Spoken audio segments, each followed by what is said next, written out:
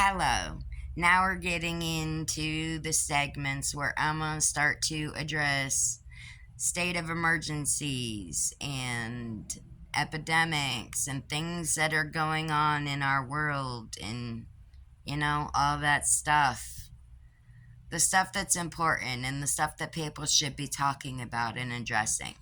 So let's get right into it. So I have two missing kids accounts that I'm going to run down to you because children are, they're innocent, they're impressionable, you know, and we got to be careful. Our first one is Asha Degree. Disappeared at age 9 in Shelby, North Carolina on February 14th of 2000. She walked away from her home in the middle of the night, leaving only a few items in a backpack that was later discovered along the road. Now, this is interesting. I'm going to try and dig a little deeper and see if I can find any more information out on these two accounts and see what happened there. Because when it comes to child abduction and kidnapping and trafficking and all of that stuff, as a parent, it's scary. It's treacherous to even fathom the fact that you could possibly going through this at any given time. Leaving her house in the middle of the night. Now, I don't know if she walked out the door or if somebody coasted her or what happened there, but I'm going to try to find some more information and see what I can find out. Number 2, Kyron Horman. Vanished from elementary school in 2010 in Portland, Oregon on June 4th at the age of 7. Aw. This is one of the most exhaustive missing person searches in Pacific Northwest history, yet no trace of him has ever been found. That is sad. Schools need to be a little more stricter, and I'm pretty sure that they're really putting their feet down, and I'm hoping and assuming that things are going to get a little more tight-knit and things are going to get a little more stricter.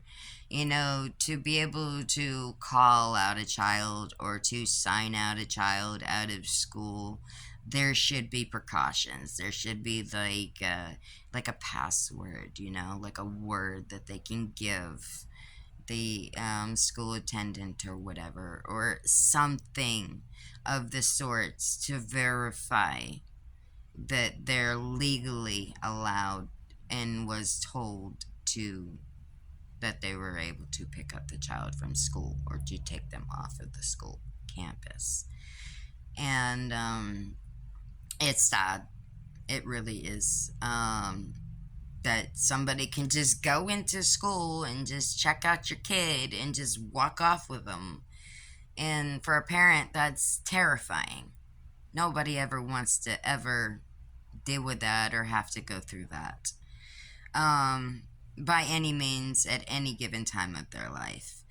If you have seen either of these children, the 7-year-old or the 9-year-old, or if you've seen them anywhere, or if you've heard anything, please call your local police department or contact your missing and exploited children hotline, because it is important, and this stuff is happening way more now than we ever imagined it would.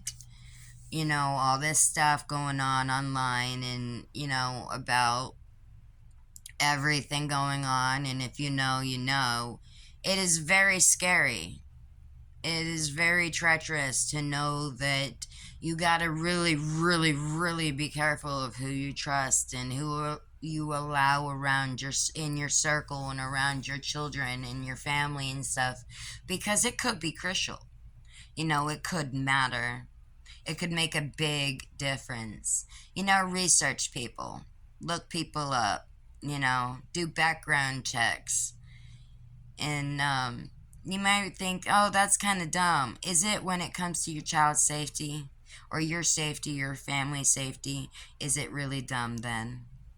Stay safe and stay aware. Now, if you know any information on these two kids, please call your local police department or Missing and Exploited Kids hotline, because it's important and we should be talking about these things.